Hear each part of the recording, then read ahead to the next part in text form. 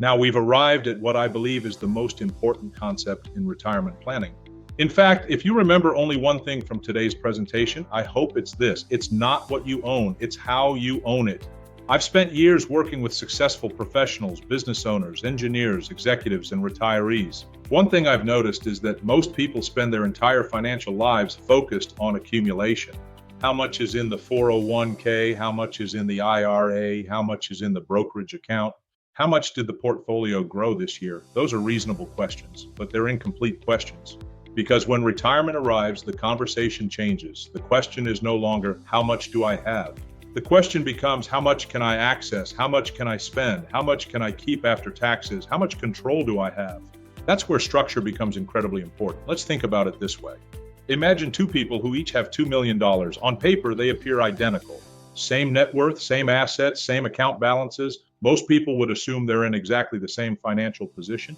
They're not, because what matters is not only what they own, it's how they own it. One person may have nearly all of their assets inside tax-deferred accounts, traditional 401ks, traditional IRAs, retirement plans that will eventually generate taxable income. The other person may have assets spread across multiple tax categories, some taxable, some tax-deferred, some tax-advantaged.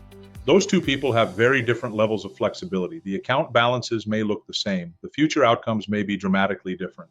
This is where many financial plans fall short. They focus heavily on investments, they focus heavily on rates of return, but they spend very little time discussing structure. And structure is what determines flexibility.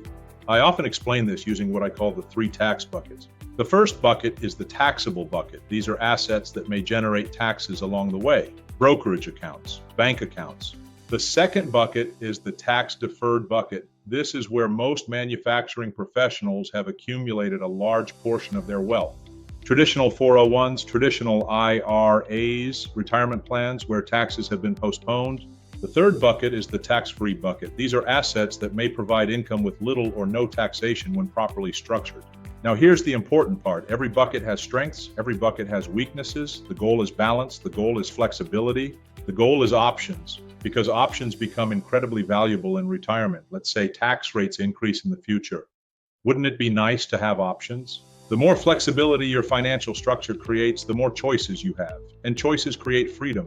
That's why I often tell clients that retirement planning is not really about money. It's about freedom. It's about being able to live life on your terms. When I was flying helicopters in the Army, we always wanted options. If weather conditions changed, we wanted alternate routes. If a mission changed, we wanted alternate plans. We wanted flexibility. The same principle applies to retirement. Life rarely follows a straight line. Things change, family situations change, health changes, tax laws change, economic conditions change. A retirement plan that lacks flexibility can become fragile. A retirement plan with flexibility can adapt. I've seen this play out many times. I've met people with very large retirement accounts who felt trapped. Everything they owned was concentrated in one type of account. Every withdrawal created taxes. Every decision created consequences. They had assets, but they didn't have flexibility. I've also met people with smaller account balances who had far more control because they had diversified not only their investments, but also their taxation. That's a concept many people overlook. Most people diversify investments, very few diversify taxes, yet taxes often become one of the largest expenses retirees face. And unlike market performance, taxes are something we can often plan around. That's why structure matters. That's why ownership matters. One of the biggest misconceptions I see is people focusing entirely on rate of return. Don't get me wrong, returns matter. But retirement is not won or lost based solely on rate of return. It is won or lost based on distribution, how income is generated, how taxes are managed. I've had people come into my office asking how they can earn another 1 or 2%. My first question is usually this: have you addressed the tax side? Improving structure can sometimes create more value than chasing additional return. Again, it comes back to keeping more of what you've already earned. You've spent decades building your career. You've spent decades contributing to retirement plans. You've spent decades making sacrifices and preparing for the future. The goal now isn't simply to accumulate more. The goal is to make sure what you've built works as efficiently as possible.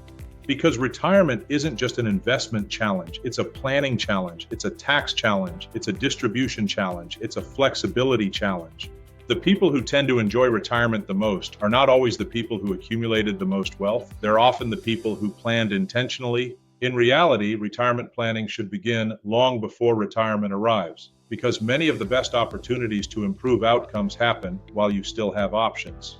That's why I believe one of the most powerful questions a retiree can ask is not, what do I own, but rather, how do I own it? Because the answer often determines how much freedom, control, and confidence you experience throughout retirement. And that's why it's not what you own, it's how you own it, is retirement risk number 5 and the foundation that ties everything together. As we wrap up today, let's take a moment to review what we've covered. We discussed the 5 retirement risks most people never see coming. The first was the tax time bomb inside traditional retirement accounts. The second was sequence of returns risk and the impact of timing. The third was Medicare IRMAA and hidden costs. The fourth was healthcare and long-term care expenses, one of the greatest financial challenges. And finally, we discussed what I believe is the most important concept of all. It's not what you own, it's how you own it.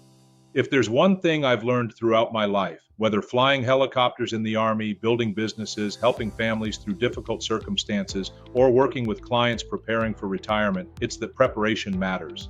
The people who experience the most confidence are rarely the people who simply accumulated the largest accounts. They're the people who have a plan. One of the biggest misconceptions is that retirement planning is something you do a few years before. In reality, it should begin long before. The good news is that you don't have to figure this out alone. After today's presentation, some of you may be thinking, I've never looked at my retirement this way. What I've found over the years is that most successful professionals don't need more information. They need clarity, someone to help them connect the dots. That's why I offer a complimentary retirement and tax review. During that conversation, we'll take a closer look at your current situation. We'll discuss your accounts, potential tax exposure, income planning, and most importantly, opportunities to improve your structure and flexibility. There is no obligation. My goal is simply to help you understand where you stand and whether there are opportunities to strengthen your plan. You worked hard to build what you have. The last thing you want is to discover that taxes or distribution mistakes are taking more than they should. Thank you again for spending your time with me today. I hope today's discussion has given you a new perspective on retirement planning. Remember, retirement is not just about growing assets, it's about protecting them, creating flexibility, preserving your lifestyle. Remember, education changes outcomes, strategy changes futures. I look forward to speaking with many of you soon. Remember, it is all about education, and everyone needs to know how they can benefit. Thank you, and have a wonderful day.